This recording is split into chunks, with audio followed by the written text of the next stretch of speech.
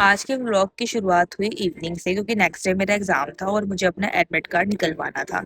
उसके बाद मैं चलेगी जिम और यहाँ महेंद्र जी मुझे देखकर मन मन मुस्कुरा रहे थे, पता नहीं क्यों। फिर रात को 12 बजे हम इनके फ्लैट पर पहुंचे क्योंकि इनका बर्थडे था और हमने सोचा था इन्हें सरप्राइज देंगे, लेकिन वहां जाकर हमें ही सरप्राइज मिल गया। इन्होंने 12 बजने से 2 मिनट पहले खुद ही गेट खोल दिया।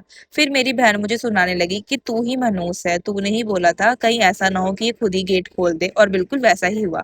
खैर फिर हमने सारी बातों को साइड में रखा और केक कट किया। इस बार नॉर्मल केक की जगह हमने आइसक्रीम केक लिया था। फिर केक कट करा, खाया और खिलाया।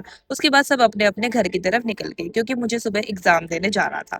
अगली सुबह मैं पहुंच गई मेट्रो, फिर मेट्रो के बाद ई रिक्शा लिया और काफी स्ट्रगल के बाद पहुंची अपने कॉलेज।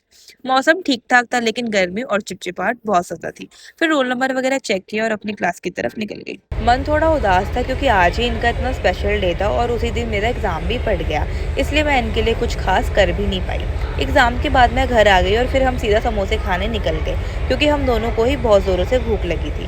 वैसे ये भी थोड़े उदास थे क्योंकि आज ही इनका बर्थडे था और इन्हें वर्क फ्रॉम होम करना पड़ रहा था। छुट्टी ले सकते थे लेकिन काम का प्रेशर इतना ज़्यादा था कि इन्होंने खुद ही छुट्टी ना लेने का फैसला किया। फिर शाम को इनके घर पर एक बार फिर केक कट किया, बस छोटा सा सेलिब्रेशन किया क्योंकि ज़्यादा कुछ प्लान नहीं था।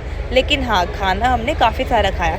बस वो सब मैं रिकॉर्ड नहीं कर पाई क्योंकि मैं अक्सर रिकॉर्ड करना भूल जाती हूँ। उसके बाद रात में हमारे घर पर भी केक कट किया और ये जो कैंडल्स बुझी है ये इन्होंने नहीं बुझाई बल्कि एसी की हवा से खुद ही बुझ गई। तो बस ऐसा ही रहा हमारा छोटा सा बर्थडे सेलिब्रेशन। बाकी हमने सोचा है कि संडे को बाहर जाएंगे, मूवी देखेंगे, कुछ बढ़िया खाएंगे पिएंगे और फिर अच्छे से सेलिब्रेट करेंगे। फिलहाल के लिए बस इतना ही, मिलते हैं नेक्स्ट व्लॉग में, तब तक अपना ध्यान रखिएगा, बाय।